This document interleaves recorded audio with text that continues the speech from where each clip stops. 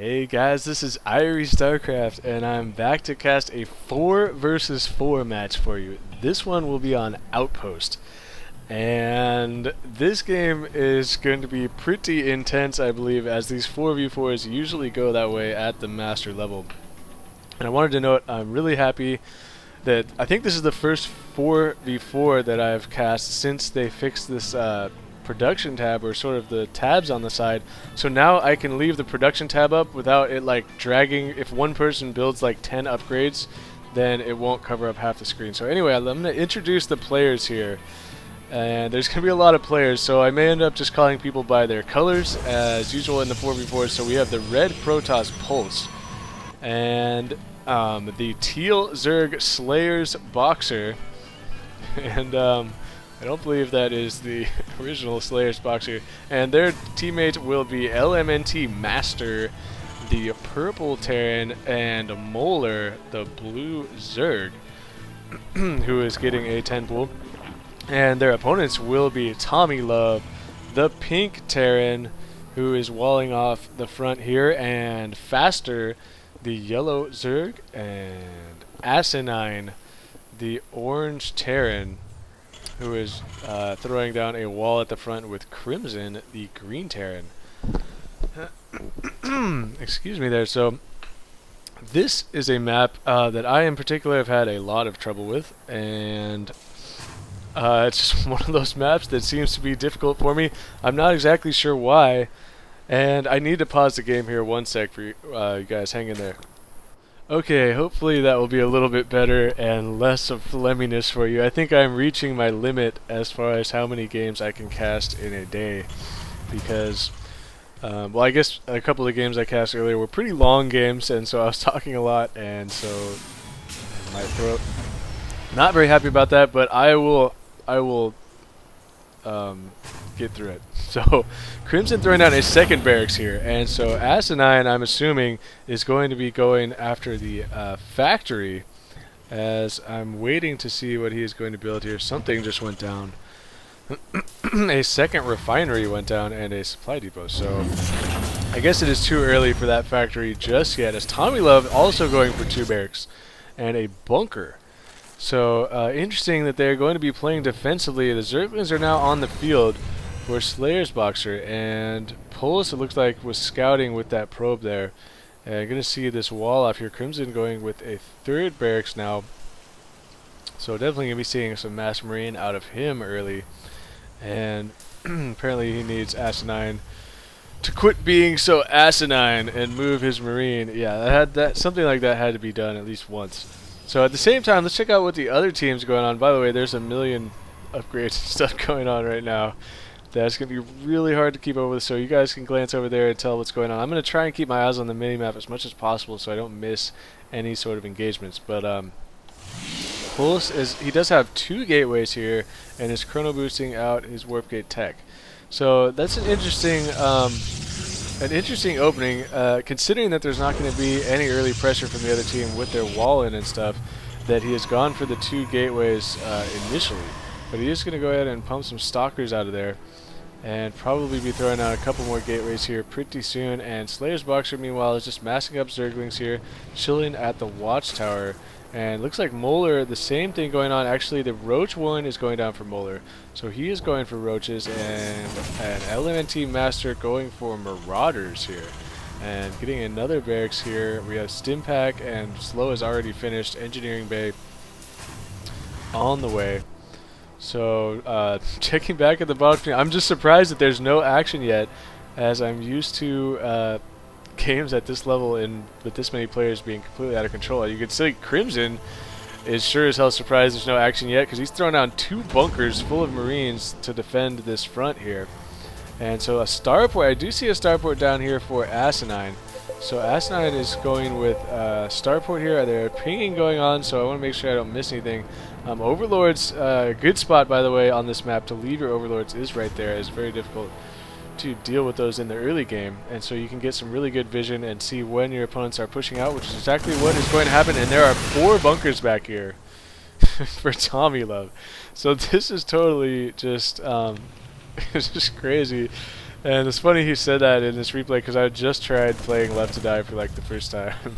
It's basically like the Outbreak mission in the campaign. And so, where you build a bunch of bunkers and wall off, basically.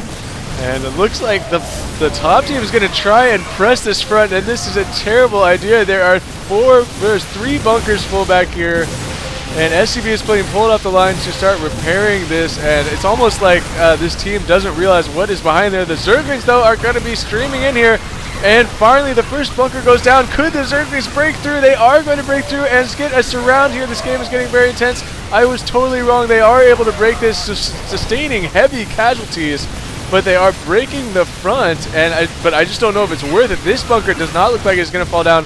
It's definitely not going to fall down. It may or may not go down, and so the Zerglings and Marauders are going to run down here into the unprotected base of ASININE, and he actually put a reactor on the starport, so I'm surprised at that. I wonder what he was planning to do. He's actually got siege tanks and Hellions on the way. Not something you see too often. SCVs are going to be surrounding this army at the same time. Faster, the Yellow Zerg has gone straight for mutas. He has a bunch of mutas, and they are harassing the Zerg base over here.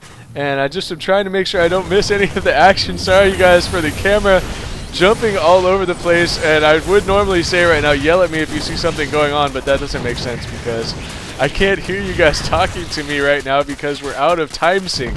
I'm casting this game about a day before you're going to be watching it, so that's not going to work. At the same time, Pulse is come down here with a bunch of stalkers and is forcing this command center to lift off. Crimson has rallied everything he has around this one bunker, and now all these roaches from Molar are going to be able to kill this bunker. It looks like maybe not. There's so many SCVs here just trying to stay alive as long as possible. Meanwhile, Faster is flying Mutilis everywhere. I wonder if Faster has been fed gas. I wonder if Crimson actually was just going for these Marines and then giving his gas to Faster for these Mutilis, and I'm surprised the Mutilis there, okay, there was enough stalkers, it looks like, to ward them off. And so somehow somehow they were able to defend that attack, and I'm really surprised. And TommyLove, meanwhile, pretty much has just been covering this front here and letting Faster just go for mass Mutilis. And so I'm pretty impressed with the bottom team right now that they were able to hold that attack off. And maybe I was right originally when I was like, top team may not want to try and break this right now, as you know, you set up your whole team strategy to rush, but if you run into a wall like that, maybe you should think about expanding. Anyway, they're going to continue to apply the pressure though, and these Hellions are just useless against these stalkers and roaches, so those are all going to die very quickly. And Pulse wants to make sure that this does not get rebuilt. And so they're going to continue to apply pressure. At the same time, it looks like Faster has taken out Molar's hatchery. And so the Mutilis are flying around doing quite a bit of damage. And while this harassment is going on, the siege tank is in a really good spot back here. It's far enough away that it can't be shot by the stalkers, but it's close enough that it can shoot the stalkers.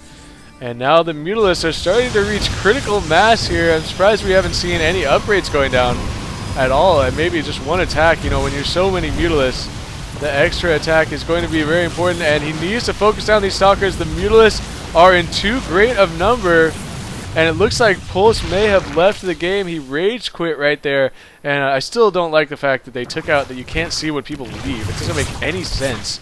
And these Mutilis are going to fly and find out that there's a bunch of spore crawlers back here, so not going to be worth dealing with. There are 3 missile turrets here, and make it 4 missile turrets. So these Mutilis are going to be less and less effective longer this goes on. But again, the Mutilis are forcing these units to stay back in their base. And now with the Mutilis giving map control, it looks like the bottom team is going to be able to push out and try and expand. You see TommyLove down here going for that expansion. He's actually getting a second command center, so he may try to double expand and take advantage of this Mutilis map control. And now it looks like Molar, since his base basically was destroyed, is going to be taking over for Pulse here and rebuilding that economy as best he can. Mutilis, though, are going to come in and most likely engage these stalkers. They could engage these stalkers. Apparently, scanning makes you a pervert in Starcraft. I didn't know that, Crimson. That is very interesting. As Mutalisks are going to clean up all of these Stalkers, and these Stalkers trying to get warped in is not going to happen. One of them will be saved there. And more Mutalisk reinforcing. So the tense part of this game may have been over, and it may just be a war of attrition at this point with Mutalisk killing everything, but that was crazy there for a while. Crimson is actually going to salvage one of these bunkers. So it looks like he is very content with his defenses there. And now the Nexus has been taken out. Pulse's Nexus has been taken out. ASININE has a bunch of Vikings out here. Looks like he is just going Overlord hunting with these Vikings and maybe doing some scouting to make sure that Molar does not rebuild. And the top team has been forced into a little shell, and this game, I mean, it's pretty much over right now. Look at these mass Mutalisks coming in here. They are killing all of the Spore Crawlers. More Spore Crawlers are trying to go down here, but if these Mutalisks work on those,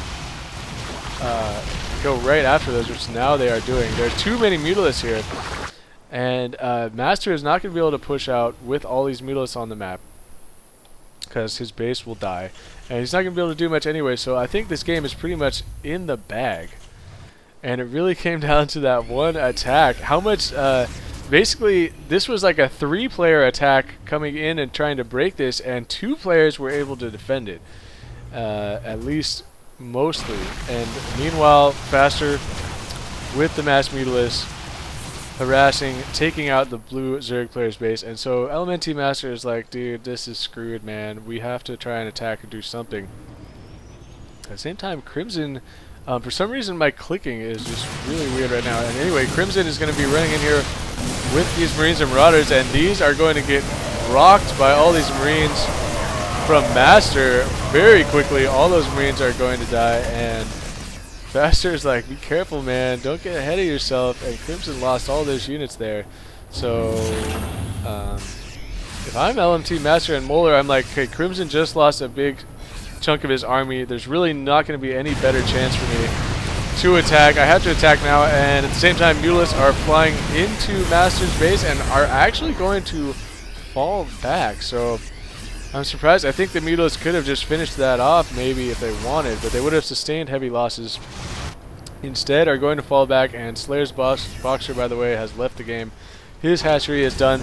And so the desperation push is coming from the Roaches and Marines down here. And look at the setup from TommyLove, salvaging all these bunkers, moving his stuff out here. And again saying, you can't break me with a capital U. And it's a good thing Pulse has this proxy pylon because he has no base or anything to make anything with that. And looks like Master is actually going to shuttle his Marines in the back of TommyLove's base. And TommyLove's got to be so pissed right now. He's like, God damn it, I set up this really cool little choke up here, and you're just going to drop into my main and kill my command center. So now he has to, it looks like did he empty all these? No, he just brought his mobile force down here, and he is actually going to get a much better concave on this engagement, and TommyLove will be able to clean that up. And that was likely going to be game because at the same time Molar looks like wasn't really doing anything. He could have tried to break this, but maybe he did and realized that's not going to work. Too many tanks. And so now the expansions, TommyLove has 2 new expansions over here. And so that's going to be game. GG robots. I'm not sure what that is really supposed to mean, as LMntMaster is now up against it and just hanging in for the heck of it. So that was a pretty exciting game. It dragged on there at the end for about 8 or 9 minutes as finally LMntMaster leaves the game. But that was crazy. I guess if you guys want, I'm going to go back and try and check out that attack. And this looks like it was post-apocalypse right there. And so, okay, it looks like the attack is about to commence here. Now all 4 players here are attacking. All 4 players from the top team are attacking this one location here. And the Zerglings are really being negated for a while here. They can't do anything. So these Marauders are trying to take out this barracks in the front first. And meanwhile, these units in this bunker have just been shooting the entire time. Now the SCVs are in here to repair. This is on slow motion, by the way. I'm just rewatching this battle because it was the key battle in this game. And they are losing so many units in this engagement. The Zerglings are finally able to get in and around here. And now, right as this is the exact same time that the Mutalisks have arrived at Molar's base. So if you look at this, basically 2 players are able to hold off 4 players, and that's pretty much going to be game. So maybe the reason I'm having so much trouble on this map is because I'm not turtling well enough. And you guys are just going to be like, oh my god, please, Irie, don't be one of those people who just turtles. Hey, you know, if it works, it works. If you know your other team is going to just all in you at the beginning, then put up some bunkers. So that was pretty exciting, I guess, because I mean, this top team, I guess the consensus is that in 4v4s the best race combination is 2 Zergs, a Terran, and a Protoss. But the bottom team with an unorthodox combination of 1 Zerg, 3 Terrans, I guess if you get an unorthodox race combo, you gotta have some unorthodox strategies. So they went really defensive at the beginning to prevent the mass Zergling ownage. And it did a nice job, and it worked out. So thank you, TommyLove, for sending me this game. TommyLove actually sent me a bunch of games, and apparently he is quitting Starcraft. So that's really sad to hear. Maybe TommyLove will come back, but I'm looking forward to casting some of his games. I think a lot of them are going to be pretty exciting. So thanks again, TommyLove, and that's going to do it for me. This is Irie Starcraft, and peace out.